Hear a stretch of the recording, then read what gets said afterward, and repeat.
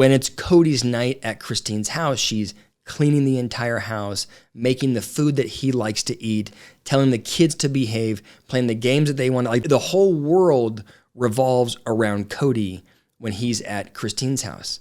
And then when he goes to Mary's house, she does the same thing. And then Robin does the same thing. And then Janelle does the same thing. So this guy is moving through the world thinking he is the king. It creates a distorted worldview for Kody. I think it leads to, I think he was narcissistic to start, but this dynamic created an absolute monster. Welcome back to the channel. I'm excited about tonight's video. I just finished reading Christine Brown Woolley's new book, and I thought it was excellent. And there's a lot for us to discuss. Before I get into it, some administrative work here. As a reminder, Allison and I are doing a live book club on Christine's book on Wednesday the 17th at 7 p.m. Mountain Time, so check that out. Also, if you like to read, if you want a newsletter, I just started a new newsletter called Windmills or Giants on Substack, which you can check out. And there is a members-only side of this channel. Allison and I have been reacting to old episodes of Sisterwives and posting those reactions there. So if you're interested in that, go to the PSYCH channel and you can hit join and check that out. Okay, before we go through the different pieces of the book, I want to thank the sponsor for tonight's video, BetterHelp. I am a fan of BetterHelp for a lot of reasons. The big one is I love how accessible they have made therapy. There was a time when it was difficult to find a therapist that met your needs, that had the expertise that you needed. It was difficult to find a therapist that you could afford, and it was difficult to find a therapist that was in your geographic region. With BetterHelp, you can access a therapist online. You can talk to them over the phone, using messaging or video chat. And what I also love about BetterHelp is that they have a therapist match commitment. So when you sign up for BetterHelp, you fill out a brief survey, and they find you a therapist that has the skills and the experiences and the expertise that you're looking for. The fit of the therapist is exceptionally important. There is so much data showing that the number one component of therapy is the relationship. And if you're working with someone that you don't connect with, it's very difficult to make progress. So the fact that BetterHelp uses research and data to help make that connection, I think is fantastic. And the best news is because you are a valued member of the PopPsych YouTube audience, BetterHelp is offering you a 10% discount on your first month. All you have to do is click the link below in the description or go to betterhelp.com/PopPsych. I really recommend you try it out. I want to start by talking about how my perspective of Christine has changed as a consequence of this book. The first thing is I always thought that Christine was empathetic, and I thought that she was sensitive. I thought she had a high EQ, socially adept, all those things. It's the reason why everybody loves Christine. What I don't think I understood was the extent of her compassion and understanding of other people. The way she talks about her kids in the book, the way she talks about the experiences of her mother, of the experiences of her dad and her grandfather, shows a really in-tuned person, which is a good thing.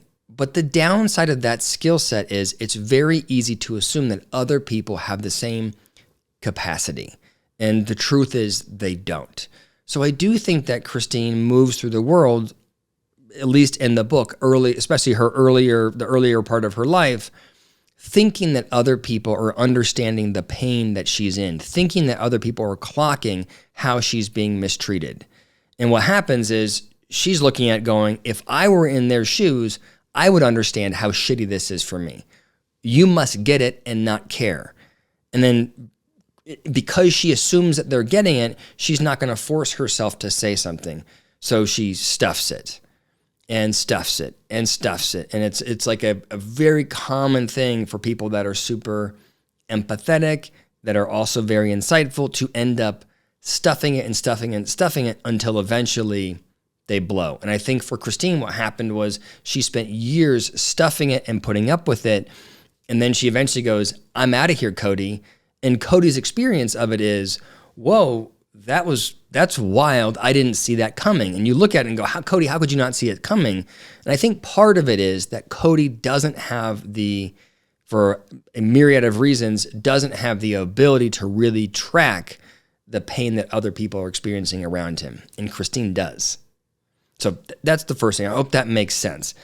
The second thing that stands out to me is I don't think I understood the positive impact that Christine has had on the audience or the viewers that are watching her. She's like her story arc. She starts off as this subservient, I would argue, naive, well-intended, but sort of in many ways clueless young woman that is led around by Kody, that is led around by her faith.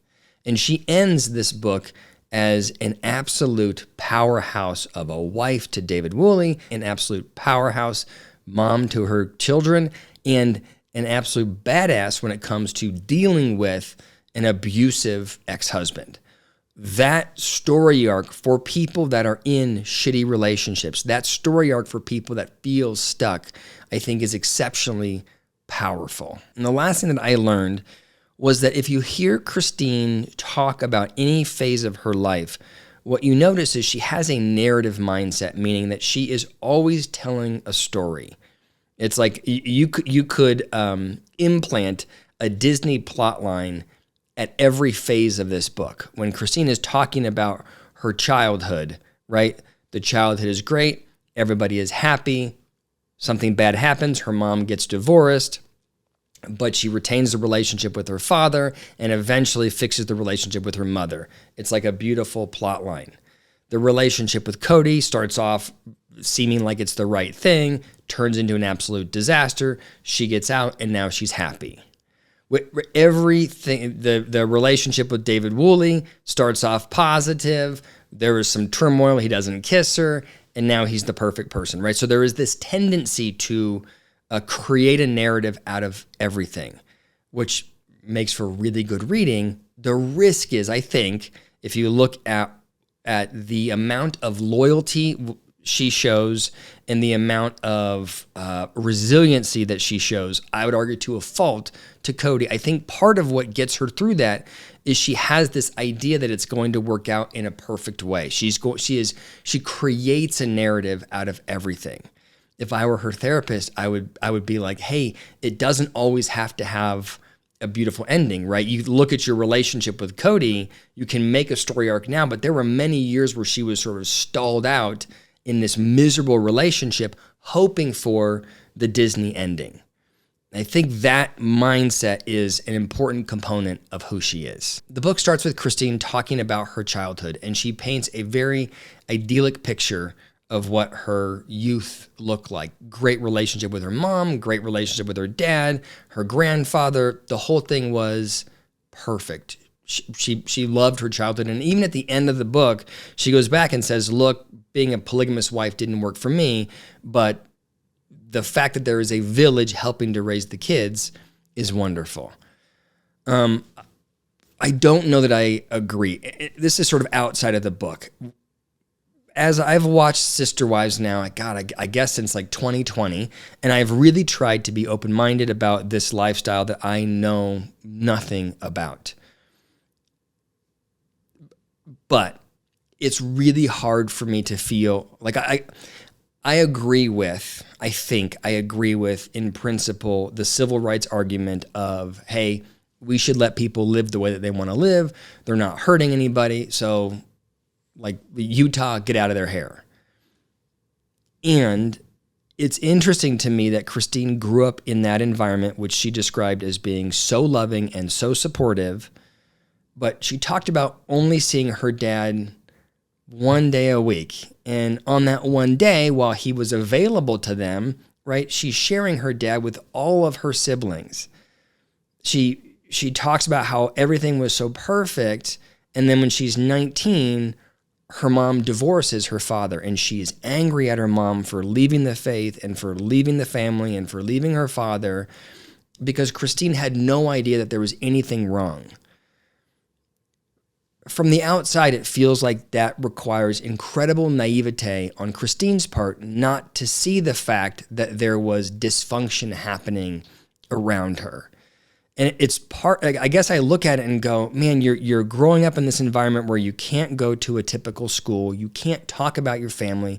You can't reality test your views and perspectives with anybody else. You're told that your life is the right life, but in my opinion, your lens is, you're wearing horse blinders on. And so I look at it like, I don't think Christine knew what love was. I don't think Christine knew what a healthy relationship was. I don't think she had a good perspective on the world around her. And it's like, would you, ask yourself, would you want your kids to have the idyllic childhood that Christine had? For me, I'm like, absolutely not. It seems like a nightmare. So I recognize that I'm going beyond the book here. This is not, what does David think about the civil rights ruling on polygamy, but it made me think that her childhood set her up for failure in her relationship with Kody down the road. Which brings us to the next big phase of this book, which is all about Kody. We could do a 2-hour video about how awful Kody was. We all knew that Kody was going to be selfish and narcissistic, and that he took advantage of the wives, and that he was all about him, and he favored Robin. We knew all of that. But when I read the book, she just brought there's so many tangible examples of him being a horrific partner. Like, let's just not talk about the kids for a second. Just talk about how he treated Christine. Let's start with the sex, which, as you can imagine, was not spectacular. They get married. Their first kiss is on the altar. Apparently, it was very awkward. And then that night, they sleep together, and it's a really terrible experience for Christine. The fact that moment when Kody was experienced, remember he'd had his dalliance in college, and then he'd been with Mary and Janelle, the fact that he was experienced and didn't make that a positive encounter for Christine is wild to me.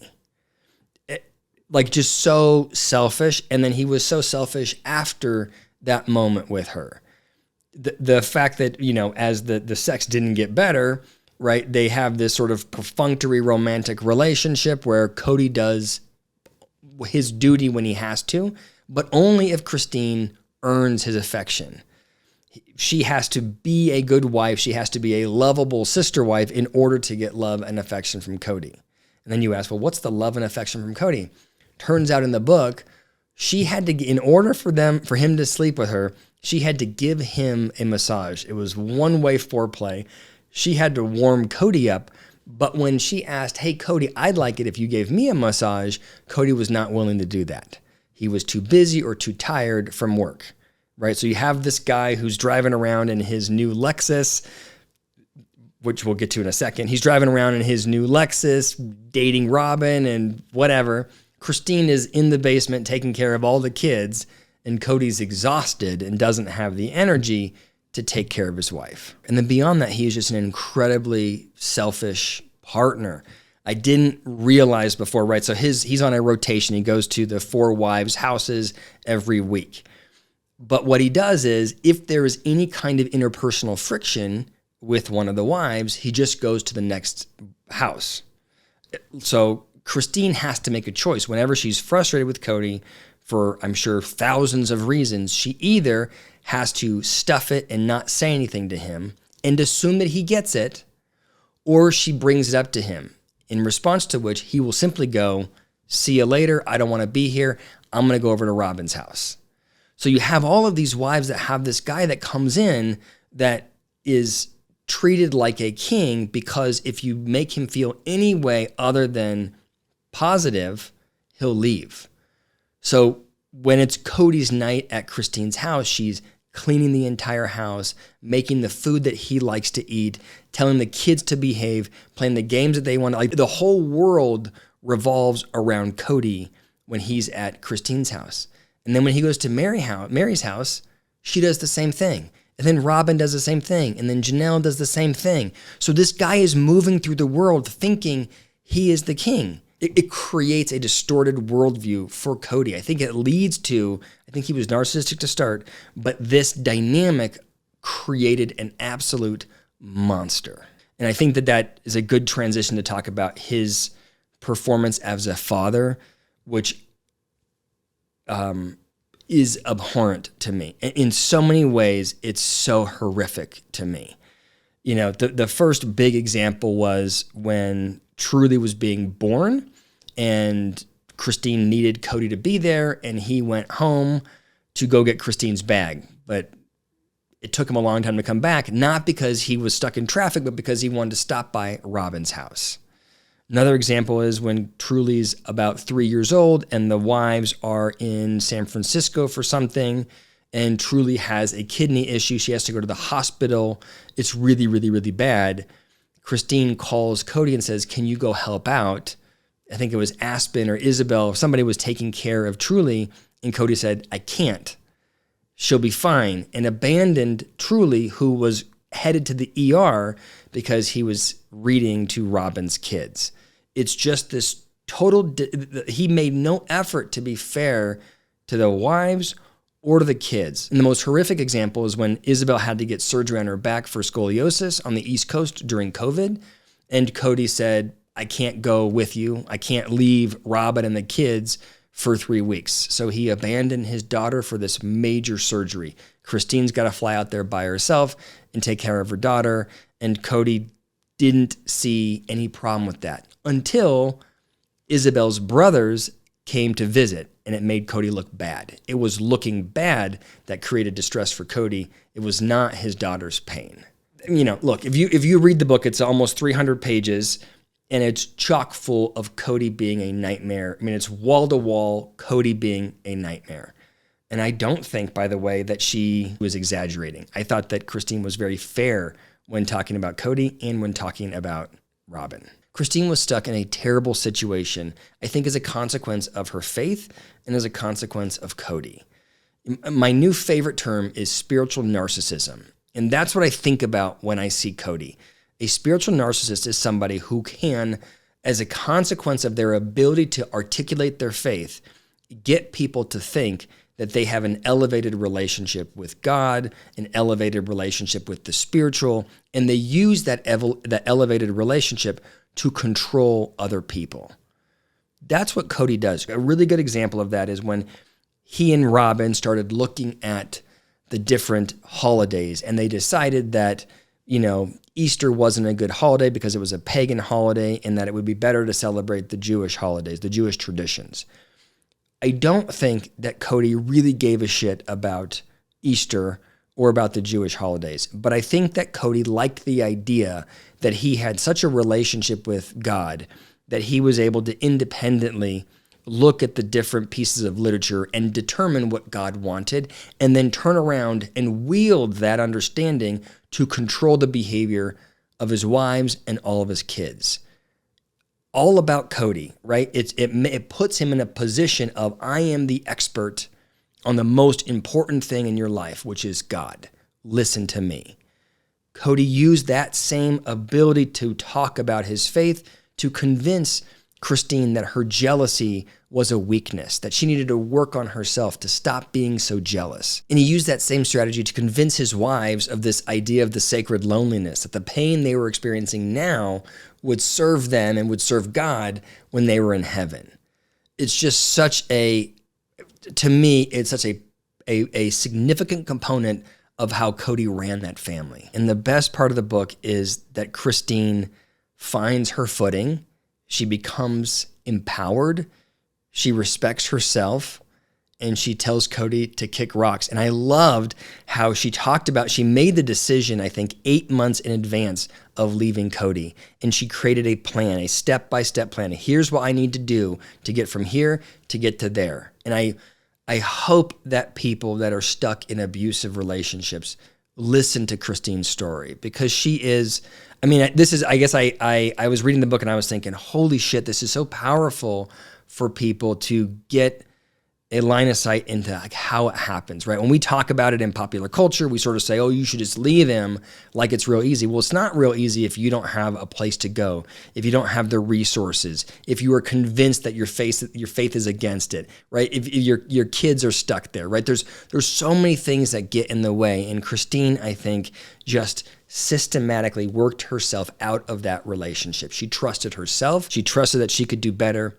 And she did. She left. A year later, she meets David Woolley, who I think I have made a lot of complaints about TLC's filming of their wedding and their kissing and the the adolescence of their relationship.